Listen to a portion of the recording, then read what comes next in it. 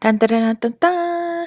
Hello and welcome again to another episode of Watch It Me.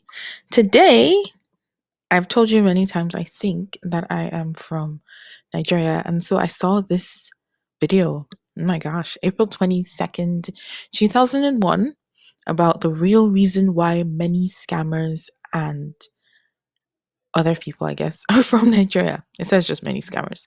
And so it's uploaded by someone called Pablito's Way. So let's see if Hmm? Someone says, I actually like this video even if I'm a Nigerian. So I'm curious. I'm actually curious. So let's play it and see if really it gives a real good reason as to why people that are Nigerian seem to be scammers or people from Nigeria. I don't know. Like, to be honest, from home, I'm just going to start it with saying that from home, there's a lot of people at home who try to get one up on you. But I feel like I've found that here too. And yeah, there's a lot of, I'm not going to say what ethnicities I found that in as well. Like people that do a lot of stuff. But I guess the Nigerian ones are more, um, I guess, more publicized. But again, this is all my opinion. I feel like I should remind you that anything I say is my opinion. It's not fact. And it's just the way I feel and it's the way I think. So it might seem stupid to you, but then this is why you should always, always, always go and do your own research and make your own decisions. And that's fine. That's all you need to live with. Okay, so I'm going to start. Let's see if it's good. Run rampant through the modern world, both in developed. Oh, well. Poverty and hardship run rampant through the modern world, both in developed and underdeveloped nations. The grind to put a roof over our head and food on the table comes easily only to certain privileged populations. True. To those people dealt an unfavorable hand at birth, they're forced to turn to alternative means of income. Since the birth of the internet, there's a new multi-billion-dollar industry staking its claim in the game. In 2020, online scammers milked over $304 million from vulnerable Americans. That's a lot. And that was just in romance scams alone. While online scammers exist all over the world, for some reason, a good amount of them originate from Nigeria. As the cartels are synonymous with Mexico, online scammers in Nigeria go together like bread and butter. But why? And why are these online scammers treated like bread rock and butter? stars? The answer is based on many different factors. Nigeria is the most populous country in Africa, and also the continent's biggest economy. However, as of 2019, roughly 40% of Nigerians live below the poverty line, making $360 a year. Smartphone use is still considered a luxury. Currently, only around 10 to 20% of the population is using a smartphone. Those equipped with the power of a supercomputer in their hand and the need for better sources of income means that many Nigerian men turn to online scams as a means to support their families. To mask themselves, scammers will hide their IP addresses and route their connection through multiple different servers. This makes them tough to track. This is in addition to using fake personas. Most scammers really only have to hide from the FBI. The vast majority are too small for the local government to care as they have more pressing issues on hand. The money scammers can rake in far exceeds anything they'd be able to make with an honest day's work. That is true. The same can be said for anybody choosing a life of crime. Scammers, especially Nigerian professionals, are treated like stars in their hometowns and villages. And it's not like the scammers don't not get jail time in their own respective countries. Yet, this doesn't stop people from going into the industry, nor does it stop the younger generation from looking up to them like rock stars. Nigerians first achieved notoriety in the early 1990s for scamming Westerners out of millions of dollars. The scams became known as 419, which is named after the section of the Nigerian Penal Code that goes after this type of specific crime. The first wave of Nigerian 419 scammers were mostly uneducated criminals. The next group consisted of young, educated men. But here was the root of the problem. Even though they were highly educated, there just wasn't enough formal jobs to go around back then. Those young men were caught in an economy that was ruined by a series of military dictatorships and years of mismanagement. And with their backs up against the wall, they made the choice of going into crime. It was that or starve. They noticed the uneducated scammers racking up the cash and decided to join them. And of course, the scammers lived it up since they're rich. So it's not that different than westernized American kids growing up seeing rap stars and YouTubers and wanting to be like them. In Nigeria, the 419 scammers were their versions. The younger generation today in Nigeria don't have quite the same economic environment, nor do they have as much pressure, but their parents and those in between still harbor that same mindset. The scams are still going today, and it's a big industry. For example, in the summer of 2019, the FBI busted one of their biggest online scam cases that amounted to over $46 million that scammers tried to steal. Many of these scammers were Nigerian, and they operated in the U.S. They posted as other legitimate business vendors in order to get actual businesses to send them money with fake invoices. This type of scam is known as business email compromise scams. These business scams have become so rampant that in the first 7 months of 2019 alone, the FBI received almost 14,000 complaints reporting BEC scams with a total loss of around $1.1 billion. That amount matched the losses reported for all of 2018. In another recent high-profile case, the FBI arrested Nigerian Obinwane Okeke in an $11 million BEC fraud case. Before his arrest, Okeke had posed as a successful entrepreneur. He was even featured on a Forbes 30 Under 30 list as being a contributor on Forbes. Online scams have been rapidly increasing in general. It's not just businesses losing money, it's individuals too. Although businesses are the big fish, according to the Federal Trade Commission, people have reported losing more money on romance scams than any other fraud type for 3 years running. In 2020, reported loss of romance scams reached a record of $304 million. That figure is up a whopping 50% from 2019. And that's just the money we know about. There are plenty of people out there who don't want to admit they were scammed. The average victim of an online romance scam will be scammed out of roughly $2,500 throughout their fake relationship. Many of us hear about these online scams and think, that would never happen to me. Odds are, it probably won't. But you may not be the target. Scammers know they can't get you, so they're not even willing to try. Instead, they set their sights on the most vulnerable. What happened in 2020 to make romance scams especially tantalizing? An obvious reason is the pandemic. It limited our ability to meet in person. Many people who didn't use dating apps before hopped online, and romance scammers took this opportunity to take full advantage of these people. They fabricate attractive online profiles to draw people in, often lifting pictures from the web and using made-up names. Some scammers go the extra step and actually assume the identities of real people. The pandemic has made lives easier for scammers because it makes not meeting up make sense. The pandemic inspired new twists to scammer stories. As an example, many scammers quote-unquote canceled first date plans because of a supposed positive COVID test. Scammers primarily target the older men and women looking for love, basically anyone in their 40s, 50s, and beyond. Unfortunately, this demographic tends to cling to the first signs of affection. Many people are recently divorced and don't understand the online dating environment, so they don't know what's usual and what's unusual. Suddenly, an attractive partner on the other side of a computer screen starts giving them a lot of attention, and it makes them feel good. They tell them what they want to hear and make them believe every word. And these targets want to make the other side happy too. In 2020, reports of gift cards being used to send money to romance scammers increased by nearly 70%. Wow. Gift cards, along with wire transfers, are the most frequently reported payment methods for romance scams. Reports of money lost on romance scams increased for every age group in 2020. Interestingly, people ages 20 to 29 actually saw the biggest increase, with the number of reports more than doubling from 2019. However, people from 40 to 69 were once again the most likely to report losing money to romance scams. And who gives out the money? People 70 and older reported the highest individual median losses at $9,475. Scammers aren't just making things up off the top of their heads. They're following an elaborate playbook constructed and edited over years of practice from the most sophisticated scammers. They have branching scripts to follow depending on the answers they receive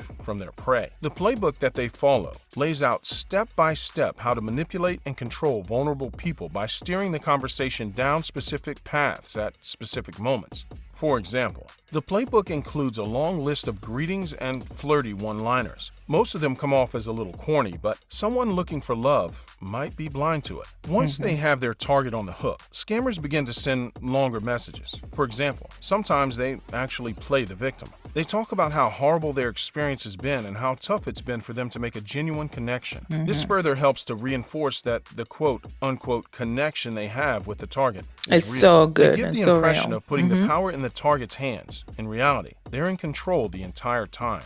And this is where That's something unfortunate manipulation. Yeah. happens to them. They begin asking for money. However, it's money that will be mutually beneficial. For example, they'll claim to need a new phone so they can keep talking to the target. Playbooks are needed because it's really a numbers game. They need to recruit members into the organization to keep pumping out the scams. Pyramid scheme-like rackets exist all over Nigeria. Professionals recruit young workers as a way to build their criminal organization. They're trained by high-level scammers and receive a percentage of the money they bring in. For example, one scammer might have 10 workers underneath him. That scammer at the top will receive 10% of everything their workers can siphon off their victims.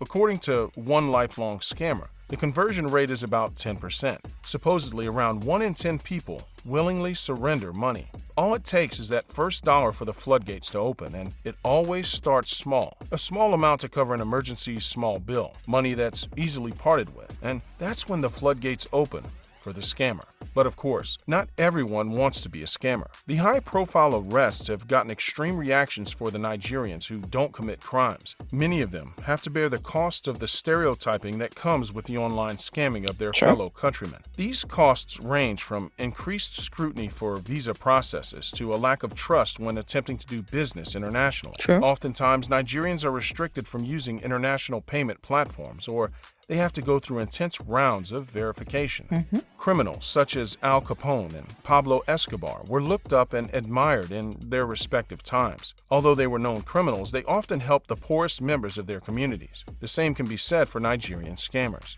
For example, Ramon Abbas, aka Hush Puppy, is currently considered the Pablo Escobar of Nigerian internet scammers. In early 2020, he was indicted in the US connected with a North Korean cyber heist valued at $14.7 million. In February of 2021, Abbas was connected to another group of North Korean military hackers aimed to extort more than $1.3 billion in cash and cryptocurrency from multiple financial institutions and companies. Find out more about his downfall in this video here. While many Nigerian scammers don't live quite as lavishly as Hush Puppy, they do flaunt their wealth with large parties, fancy clothes, and fast cars. Many young Nigerians look up to these scammers and envy their lavish lifestyles. They aim to live the same way, and for many young Nigerians, that road leads to online scams. Mm-hmm. Here's what's next. So technically, yeah, it's kind of right, but I feel like there's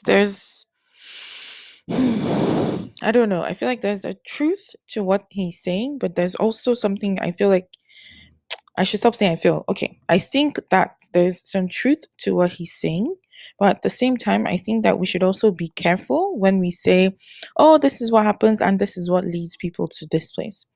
Because yes, Nigeria is a mess and people are very poor and things are very hard and there's no jobs and things. But then people have their solution for that is trying to find from starting as small as trying to start a business to trying to just go to another country to be able to survive. People are in the US, people are in England, people are all over the world washing dishes, doing stuff. And then they go to school and then they do other things to make their lives better. At the end of the day, somebody that was poor, he starts from washing dishes, da, da, da, da, da, da, da, and he's able to make a good life for himself and basically provide for the rest of his family. So this is not a rags to riches story, okay?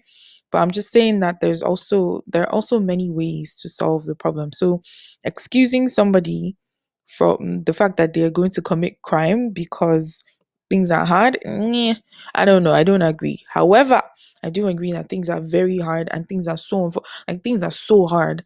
It's like running on on a treadmill in Nigeria. Sometimes it's very frustrating, and so I understand why someone's like, you know what? Why, oh why am I working so hard when this stupid person, he doesn't do anything. I can do what he's doing, and I'm even smarter. I went to school. I can do what he's doing, and so I just make money. So yes, I definitely see that. I definitely understand that. I don't know if you guys can hear all the stuff that's going on around me, and I'm trying my best not to edit anything when I do these things. So if you hear it, I'm just going to leave it in there because I'm like, oh my god, everybody. Stop making noise. But that said, also, I've said that you can't excuse them. I've said that Nigeria is really hard. um I like that the thing about stereotyping, of course it happens. I think now I'm used to it. And then I remember there was one time I was actually in a class, I was talking about 419, and the person's like, oh my god, that's so 90s, it doesn't happen anymore. And I just wanted to take off my shoe and fling it at him, but I didn't say anything because he doesn't know, and a lot of people don't know, so they think things have disappeared and things don't happen anymore. But I also want people to understand that the same way that people are being scammed in other countries, they're being scammed in Nigeria as well. So all these romance scams, all these things. And then yes, the whole looking up to people. So people don't really look up to you because they know that that's what you're doing. No. Most times these people who, like they said, these people who are um in 419 stuff for scammers, they actually set up offices and set up companies as legit things. And so people are like, oh my God, that company is so productive. They don't know that this person is actually not getting his money from the company. He's getting the money from things that he's doing online. So they set it up and then they come home and they're like, oh, you can be like me, you can be successful as well. Da, da, da, da, da, da, da, da. And so that's what people look up to. And yes, a lot of people help because it's actually built into the fabric of the community that if you have money, that you help others. So it's not something really amazing. It's more like it's built into. I don't know much about how it goes in Colombia, but I know that in Nigeria and Africa, most times you when you do something, you actually have to carry everybody along. So if you're the one in the family that has the money, you basically carry everybody along. But yeah, most times people don't really know that they're 419ers. Because and then you have to also remember that in a lot of places people are not really educated. So all they see is that you brought some money, you're taking care of them. They don't know.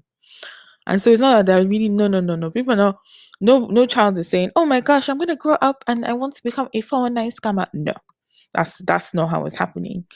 They're like, oh my gosh, I'm gonna grow up. I want to be rich. I want to be able to provide for my family. Of course. And is it true? And again, I will say that the country is in a mess. And oh, I don't even know how stuff is gonna get better. You know, when the mess has like just penetrated into the little fiber. It's like, you know, when you have a stain, right? And nobody takes it out and it's now into the fiber of the very clothing. And you're like, you know what? What are we going to do to this? Is there a way to save it? That's honestly how Nigeria is right now. So basically, Pablito's way, I give you a 50 over 100. I'm curious, right? About the, uh, what is it called? Look at this. He only scanned greedy rich people. Yeah, yeah, yeah. Do you think, yeah? Do you Nigerian man claims the child to enter UK borders? Wow. Anyway, so I actually like this. Oh yeah, and then they were saying something about the profiles, and I two stories. One, I actually have a friend who was almost scammed, and the scammer's like, "Oh, you're such a nice person. I don't want to scam you." And then I remember watching, what is that thing that they do that people bring their fiancés over? I think it's on TLC, some random thing, 90 Day Fiance. And the guy, he's dating somebody in she's actually European, I think from Eastern Europe.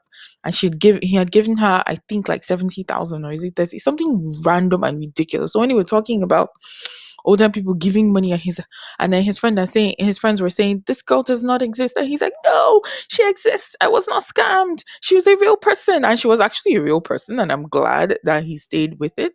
But like, to be honest, I wasn't sure if she was actually a real person or she was somebody that the producers of the show put in there. But oh well, what's my own business? The the thing is that when I listened to that part, I was like, that it sounds very familiar. Okay, so I actually like the video from Nigerian. I'm here for the information. Your profiles are so obvious. Yeah. And the thing is that this part about video chatting, if you can't video chat, you're a scammer. I disagree. Why? Because thank God for the Chinese, there are so many apps that you can use to change your appearance and look different. And so, yes, they can video chat with you. that they're not doing it is kind of like a a service to you. So no, they can actually video chat with you. The video is nice of Nigerian seniors and this comes of what's making us not progress in our jobs. You don't get remote jobs anymore. So you're out. Yeah, that's true. Nobody doesn't job where so many years. It's a 419. It's 419, not 419. I know that drove me crazy. That's what happens in a country full of graduates and no jobs. Yep. What is it? The idle man is the devil's workshop. Nigerian and is as much as I must commend you for your detail improvement. Really? I don't think so. Anyway, cameras are everywhere now. Da, da, da, da. Yep, there's cameras everywhere. Scammer shooting and a full-time job. Of course. You think people really think? Let me tell you something. To do a bad thing, to do a good thing, takes the same energy. To lie and cheat takes the same energy because you have to think about your lies. They have to make sense. When you're telling the truth, it takes no energy at all. When you're telling a lie, you're trying to form a persona and stuff like that. It takes a lot of work. So yeah, it's a full-time job. Internet has so much information. Yeah, no. You think sometimes I wish people didn't think things were that easy. I feel like a lot of times people think things are that easy and people are stupid for falling into things. But no, people are just vulnerable and it's okay. Number one rule, don't send money. Yeah, you might not send money, you might just buy stuff and they sell it as for money. Like my thing is, don't think there's only one way to do something. Okay, there's many ways. If somebody wants to scam you, if somebody wants to do something bad to you, they can do it. All you have to do is try and protect yourself, and that's it. You don't think that the people that are falling into all these things are stupid or something like that. But yeah.